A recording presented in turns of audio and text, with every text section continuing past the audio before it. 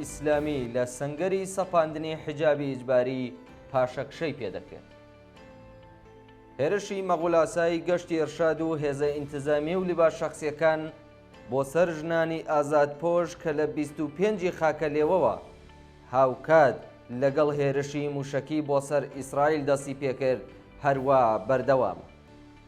لەو ڕوەوە کە ئەو هێرشە هاوکات بوو لەگەڵ ئاشکرابوونی بێدەسەڵاتی کۆماری ئیسلامی لە پێشگرتن بە هێرشەکانی ئیسرائیل بۆ سەر ناوەندە سەربازیەکان، ئەم هێرشانە بۆ سەر ژنانی ئێران هەرچی زیاتر پەرەیسەند بۆ ئەوەی پێش بە ئەگەری سەرهەڵدانی شەپۆلی ناڕەزایەتی بەربڵاوتر بگرن. بەڵام ئەمڕۆ دەبینین کە شەپۆلێکی نوێی خۆڕاگری لە دژی ئەم هێرشە بە تایبەتی لە تاران و شارە گەورەکان دەستی پێکردووە. شەپۆلێکی کە ڕێفۆرم خوازەکانی دوورخراوە لە دەسەڵات و تەنانەت ژمارەیەک لە لایەنگرانی خامنەئیش لە پەرەسەندنی بەردەوام و ڕۆژبەڕۆژی زیاتری دەترسن و لە ڕۆژنامە و ڕاگەیەنەرەکانی خۆیانەوە سەبارەت بە دەرەنجامەکانی ئەو سیاسەتە هۆشداری دەدەن. یەکێک لە نووسەرانی ڕۆژنامەی ئەعتماد ڕۆژی شەممە یەکی خاکە لێوە نووسیویەتی دەستپێکردنەوەی سەر لە نوێی گەشتی ئێرشاد بووەتە هۆی ئەگەری ڕوبەڕووبوونەوەیەکی زۆر لە فەزای گشتی کۆمەلگادا. بەشێک لە نووسەرانی ڕێفۆرمخواز بەهۆی ئەوەی کە هێشتا یاسای حیجاب و عیفاف لەلایەن پەرلەمانەوە پەسەند نەکراوە، حزور و هەڵسوکەوتی گەشتی ئەرشاد بە نایاسایی دەزان و داوای گرتنەبەری ڕێکاری یاساییان کردووە بەرامبەر بە ڕەفتار و هەڵسوکەوتی نایاسایی مەئموران لەگەڵ ژنان و لایەنگرەکانیان. ڕۆژنامەی شەرقیش لە ژمارەی ڕۆژی شەممە ڕێکەوتی یەکی خاکە لێوەدا ڕەخنەی لە هەڵسوکەوتی گەشتی ئێرشاد لەگەڵ ژنانی ئازادپۆش گرتووە. عەسری ئێرانیش لە ژمارەی ڕۆژی 31 خاکە لێوەدا نووسیویەتی کە هەڵسوکەوتی توندوتیژی مەئموران کاردانەوەی نەرێنی ڕایگشتی لێ دەکەوێتەوە. ژنێکی خەباتکار بە ناوی خوازراوی مەڕاڵ لە پەیجی کۆمەڵایەتی خۆیدا نووسیویەتی ڕژیمی عەلی خامنەئی دەیەوێت تۆڵەی شکستەکانی خۆی لە جەماوەر و بە تایبەت ژنان بکاتەوە.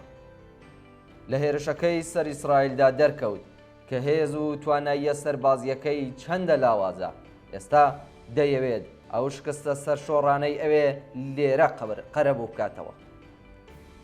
من تەمەنم گەیشتۆتە 35 ساڵ، بەڵام تەنانەت یادەوەریەکی خۆشم لەم حکوومەتە نییە.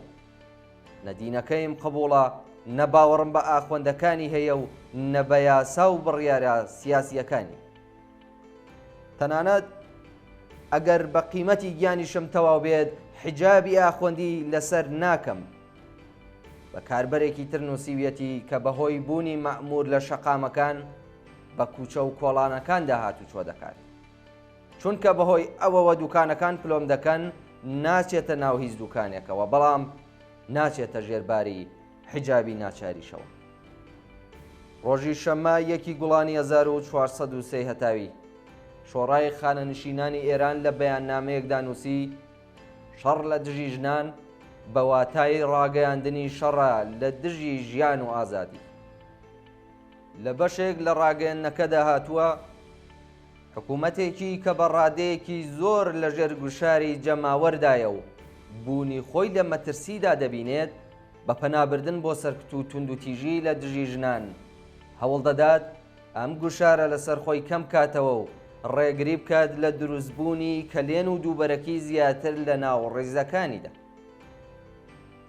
لە بەشێکی دیکەی ڕاگەیاندنەکەدا هاتووە خۆڕاگری و بەرەو ڕۆبوونەوە لەگەڵ ئەم سیاسەتە تەنیا لە ئەستۆی ژناندا نییە، بەڵکو ئەرکی هەموو کۆمەڵگایە، چونکە ئەم هێرشە کاریگەری لەسەر سەرجەم بزوتنەوە کۆمەڵایەتیە داواکاری تەوەرەکان دادەنێت.